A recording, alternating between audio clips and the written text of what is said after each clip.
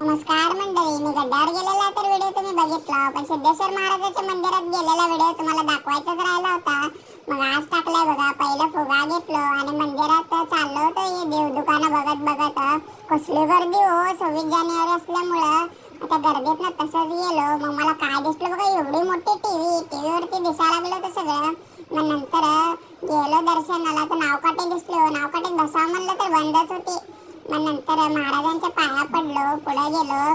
मोठी मूर्ती होती हो. मग मूर्ती सोबत फोटो काढून घेतलो आणि पुढे जा म्हणलं मंदिरात. तर कसल्या मोठ्या पायऱ्या, मला काय चढता येईना. मग ते भैया म्हणला तुला उचलून वर ठेवू दे का वरपर्यंत. तर मी नको म्हणलो. सिद्धेश्वर महाराजांचं नाव घेत घेत तसंच पायऱ्या चढत गेलो बघा.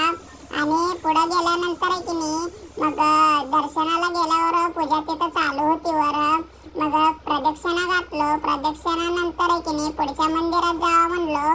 मग मारुतीरायाच्या मंदिरात गेलो.